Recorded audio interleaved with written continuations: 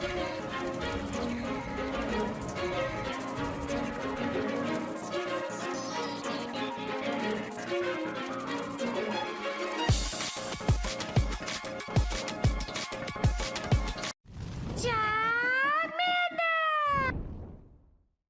guys, King of Charmanders here. Today I will be your judge, jury, and your analyst, and today I will be analyzing the Season 6 Kanto Cup teams. So, the rankings came out, rankings weren't updated yet, but these are the old rankings that I never really analyzed. So, it's really worth looking into them because some of these teams actually are really freaking good, and I've seen some of them still running around in the Kanto Cup while I've been playing. Anyways, if you want to get to the top, if you would like to, please consider contributing to pvpoke.com. Now, for those of you that want to go to the top performers tab, just do this. Go over, you see this? Go over the train tab, and then click on top performers, and then this is what you get. So we're going to look at Kanto Cup. As you see here, is updated last time on February 15th. So this is Season 6's Kanto Cup results. But because Kanto Cup didn't really have too much of a meta change other than Lickitung XL, if you're trying to get your start, well, a lot of these teams still really work. You'll still see a lot of these Pokemon around, so it's really still worth looking at these teams and seeing if they're still really effective in the Season 7 Kanto Cup. Because, like I said, if you watched my analysis of Licky and Chansey XL, they kind of flipped the meta a little bit. Not too much, but then you could, the thing is, because Kanto Cup has such powerful options out there, old teams still work. So, I ran the team builders against these teams, the top 5 teams of these, and see if they still actually measure up really well in the Season 7 Kanto Cup. Again, I've still seen some of these teams running around, so it's not like things like Alolan Marowak disappeared just because Lickitung XL is really popular out there. You'll still see things like Alolan Marowak. I've still seen Wigglytuff, I've still seen Dugong, etc. Anyways, let's get started. Alright, so the team number 5 is Lapras, Lead, Hypno, and Alolan Marowak. This one's a Fire Spin Alolan Marowak. It's also a Shadow Bone Alolan Marowak. Lapras is also sporting the Legacy Ice Shard move, but it has Skull Bash and Surf. So, the preferred moveset are the double Legacy Lapras is usually Ice Shard and Ice Beam, but the thing about it is usually in Great League, Skull Bash is the better option, just because with Skull Bash, you're able to beat the mirror match in as far as water-ice hybrids. Just because, for example, if you get Lapras versus Dugong, Skull Bash will actually allow you to win that matchup. So if we scroll down here, as you see here, this team is very, very bulky. Extremely bulky, really, really safe. You have two very powerful you have the most powerful save switch in Hypno. The Alolan Marowak as a closer isn't a bad idea, just because Bone Club and Shadow Bone hit such a wide variety of the Kanto Cup meta.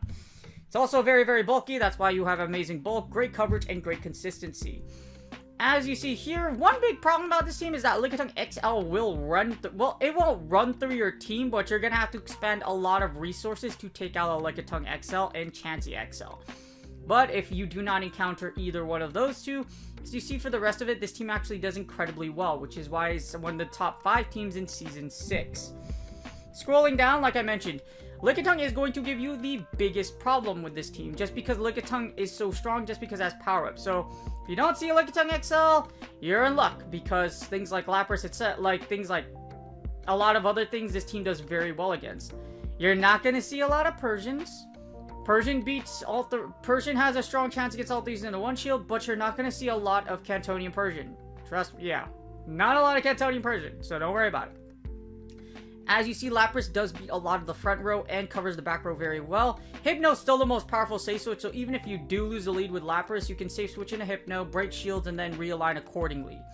Lapras also gives you a little bit of a hard time. Whoever wins the mirror match or wins CMP will essentially win this match right here. So whoever wins Lapras will have control of alignment. So again, if you get the Lapras mirror match in the lead, not too much of a problem. Again, if you don't win it, you could sack your Lapras, farm down their Lapras, and then do some fancy play, etc.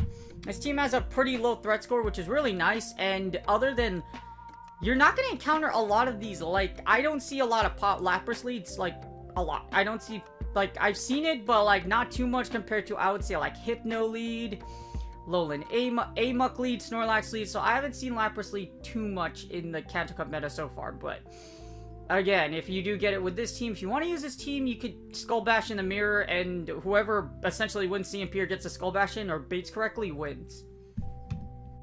Alright, team number 4 features a Hypno lead, Lapras, Switch, and a Shadow. Okay, so I actually approve of Shadow Omastar. The thing about it is that Rockslide Legacy, so unless you have unless you want to burn an Elite TM on a Shadow Omastar, it's really up to you. So, but Omastar is really good. So, unbeknownst, only 2.4% of individuals were actually using this team and the previous team, but both of them have very similar rankings. So, as you see here, it also features a Hypno with Fire Punch.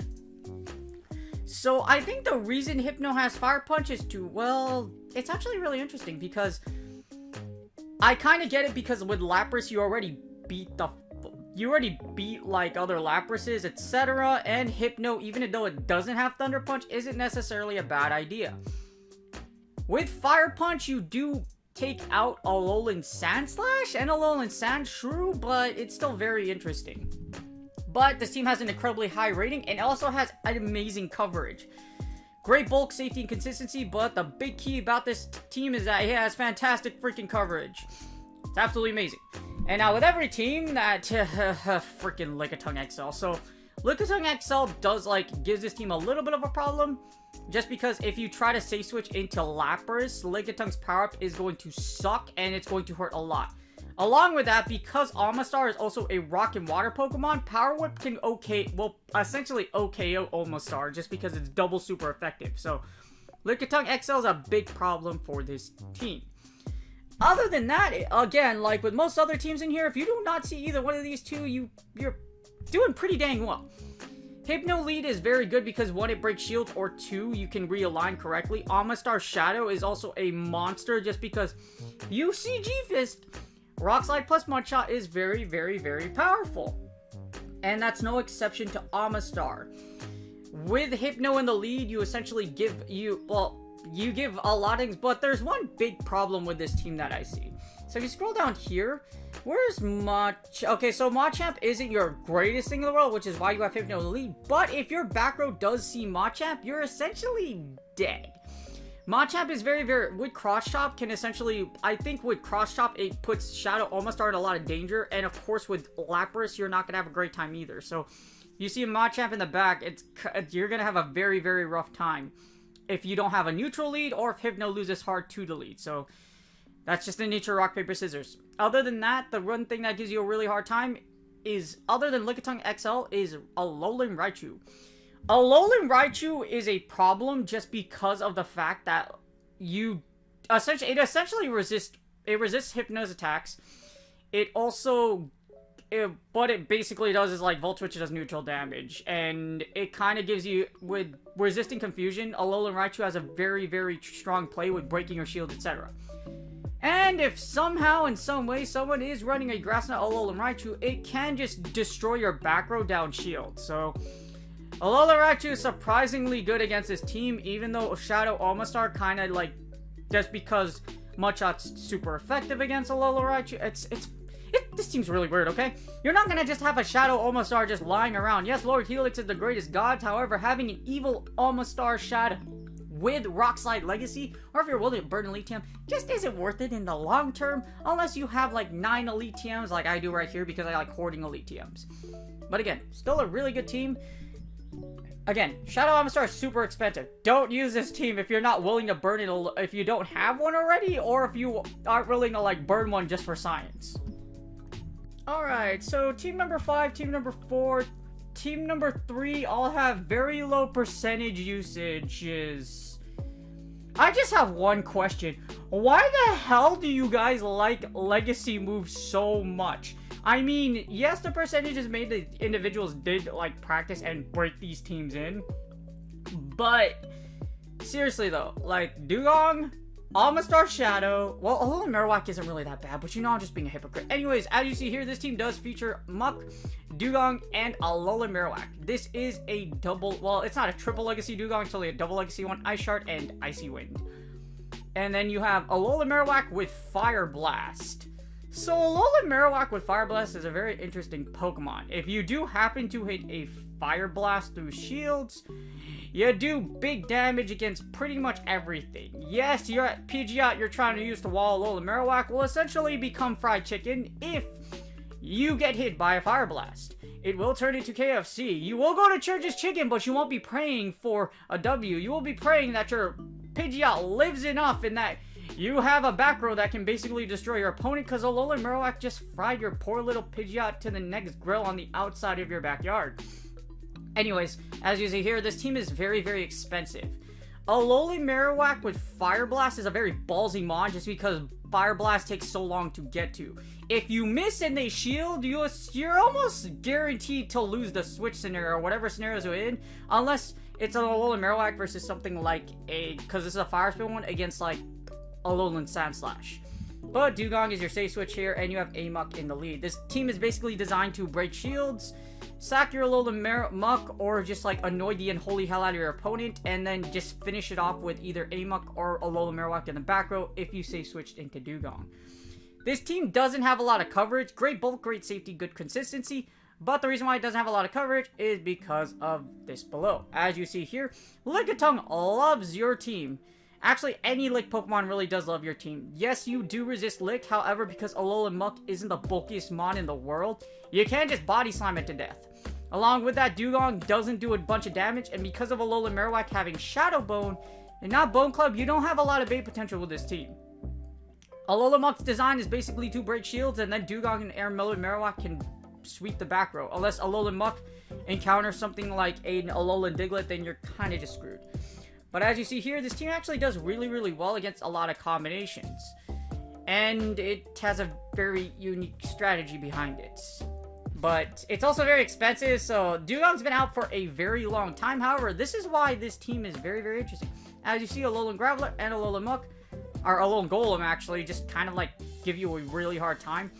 This is kind of your worst back row because with happens, if you do get the Alolan Graveler in the back, it kind of destroys you. Yeah, it's mostly I've seen it used in the lead, but I've seen it also in the back as well. So Alolan Graveler is kind of making a little bit of a rise, but that's only because it's been out for so long. A lot of people have one, and this team has a ridiculously high threat score. However, despite all the crap I'm talking about, it actually has a 538 rating, so it's actually the third most powerful team in Season 7, or not Season 7, Season 6, so very interesting team. If you do have a Dewgong, it's out there, but I don't recommend it. The next two teams are actually a little more user-friendly and a lot more available. Alright, this is top team number 2 with a usage of 8.7%. So a lot of people were actually practicing with this team, and it's very unique because it features a regular Marowak and a Alolan Marowak. So yeah. This is really interesting. Can you hold on? Give me 1 second before I actually analyze this team. You can't bring a Marowak and a... Can you put both of them? Hold on, give me 1 second. I'm gonna, because I haven't done it like that. I don't think you could put both of those on the same team, right? Hold on, let me try it. Let's see, Wigglytuff, and then you can put freaking Marowak. Because I actually have a Marowak from back in the day, and then a regular... Yeah, I actually have one. I have one. Oh! That's... interesting. So, yeah, that's, yeah. Okay, what the heck? Wigglytuff, Marowak, and Alolan Marowak. The reason why I'm kind of dumbfounded is because I'm trying to figure out in my brain how, because Marowak as a safe switch wouldn't do necessarily bad. I think Alolan Marowak is a safe switch for this team. Because what happens if you safe switch into Marowak, and then they have a Blastoise, which some people have been using, or Lapras as their switch, you're kind of dead.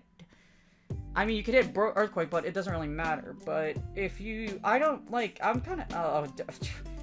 okay, so I'm gonna... Hold on, give me 1 second. Okay, Marowak. Actually, you can't! Wow! So you could put regular Marowak and Alolan Marowak together in the Kanto Cup. I didn't know that. I learned something new today. Maybe that's because I've never used Alolan Marowak in Go Battle League, but hey, you learn something new every day, right? So you can actually use Alolan Marowak and Marowak in the same team for the Kanto Cup. And this team is actually really freaking good, with a very high rating, and 8.7% people were actually singing with this team. Features the Wigglytuff 2-shield strat, and I have no idea who the hell the safe switch is. No, seriously, I don't. Because what happens is this. Both your back row are weak to water Pokemon. So, if you do happen to find that one... Well, a lot of people are actually using Lapras in the back or Blastoise in the back. it's gonna do very, very well against your team.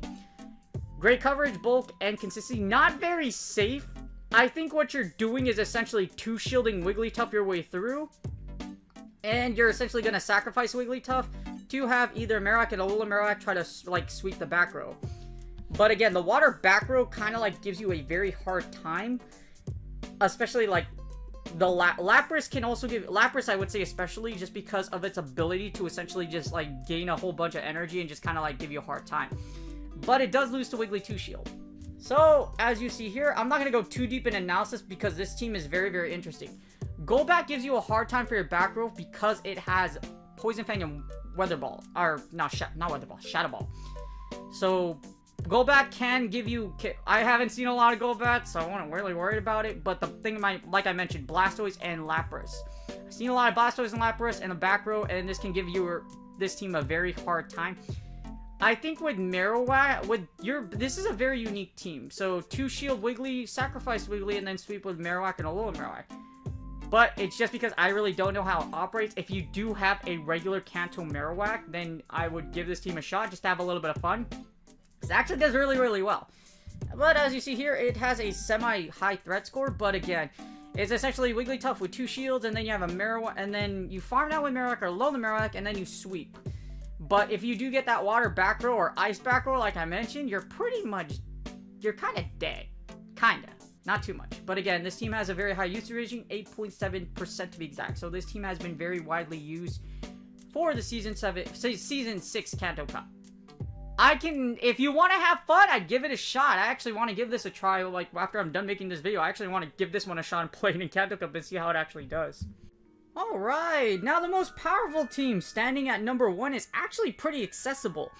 It features no Elite TM Mons, a Hypno, Clefable, and Snorlax. Simplistic, but I can also see being very effective. Snorlax is your safe switch for this team, uses a standard Hypno with Thunder Punch, and then you have Clefable 2-shield to basically sweep the back row. The thing about this team is that Clefable versus... I know some of you are kind of wondering, I think Wigglytuff might be a little better, just because of resisting that ghost type attacking, so like, just because you do resist Lick, but... Clefable still works, it does more damage, and Meteor Mash hits like a truck, so it's not a bad idea. As you see here, this team, like I said, is very accessible. No Elite TMs. Clefable is a 10k dust, and all 3 of these mons have been out for a while. So it's likely you have them to use for Go Battle League, built already, or from the previous Kanto Cup seasons. If you scroll down below, this team is actually stupid powerful. It has incredible coverage, safety, and consistency, only lacking bulk, and thereof, the only reason it lacks... well, it doesn't lack bulk, but the only reason it has great bulk and not an A rating is just because you have Clefable.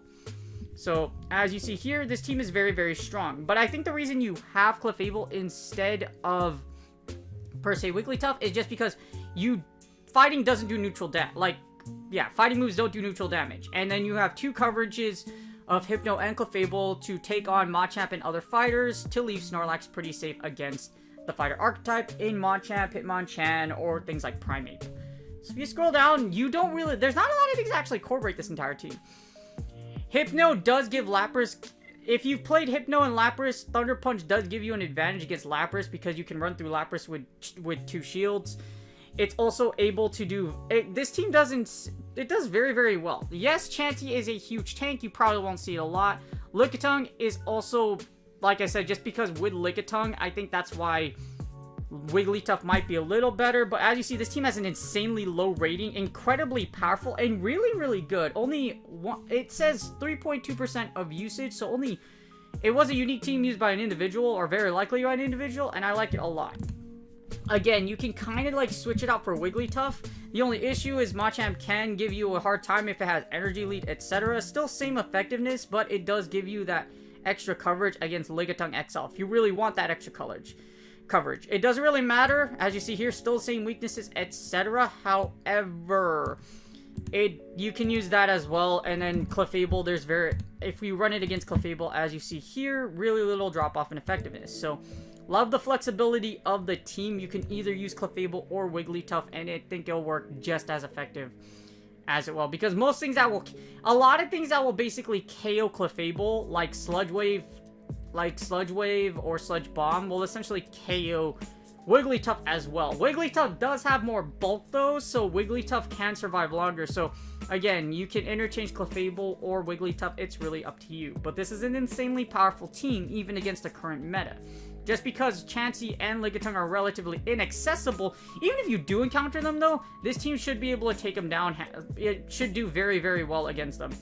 What you can do if you see a Lickitung in a lead is you can do a bunch of damage against it, sack your Hypno, and then sweep with Clefable with 2 shields and Snorlax. So there's still a lot of strategies against Chansey or against Lickitung. So really like this team. I think it does very, very well. I've actually faced it a few times in the Kanto Cup already. I do recognize facing this team, I think at least like 4 or 5 times since I played the Kanto Cup. So again, really good team.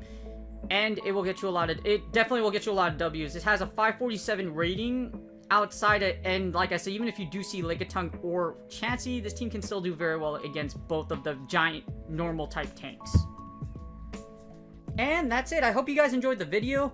As you see, a lot of these teams are unique, but if there's like the #1 team, as you see here, Hypno, Clefable, Snorlax, I think that team's still really good. I've actually encountered it a lot of times, and it was still, like I said, it's still very, very powerful. Hypno lead, Clefable or Wigglytuff and Snorlax, interchangeable and very high rating, justified for a reason. Very powerful safe switch in Snorlax, and then you have the 2 shield Charmer strat. So even if you don't have, like, for example, those, I can see that team still being really good in the long run. So if you don't have a lot of Stardust, again, Hypno is a great investment.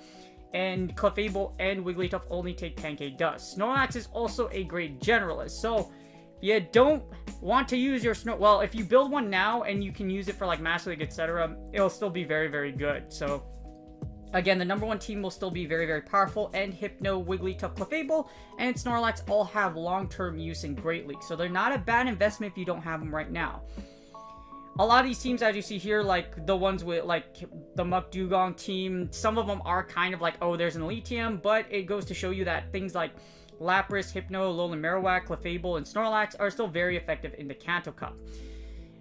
Lickitung and Chansey kind of flip things a little bit upside down, so you might see fire leads a lot, but that's why the #1 team is arguably even more effective than it is now, because I've seen quite a few Machamp leads already, and Hypno lead does beat them, and like I said, you have double coverage with the #1 team. In other words, if you don't have a team, or if you don't have a team yet, or if you want to, the #1 team you see here can actually be really good. I faced it like 6 times already, like I said, so it's not like that team's extinct. But again, this Kanto Cup is unranked, so you can have a lot of fun, but multiple combinations can work.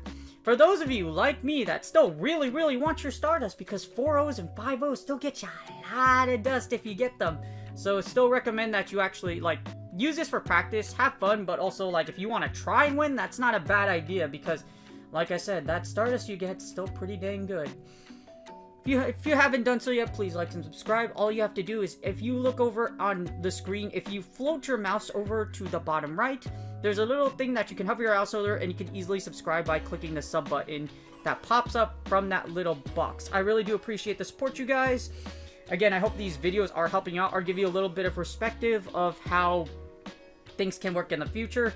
Kanto Cup did have a minor change with Lickitung and Chansey. Not saying you can't beat them with the teams that were featured here, but they are kind of a pain in the butt. I've already faced like 2 Lickitung XLs in the realm of like ace to veteran like ranking, and it's really interesting just like how both of them are really hard to freaking kill. No, seriously, it was really annoying.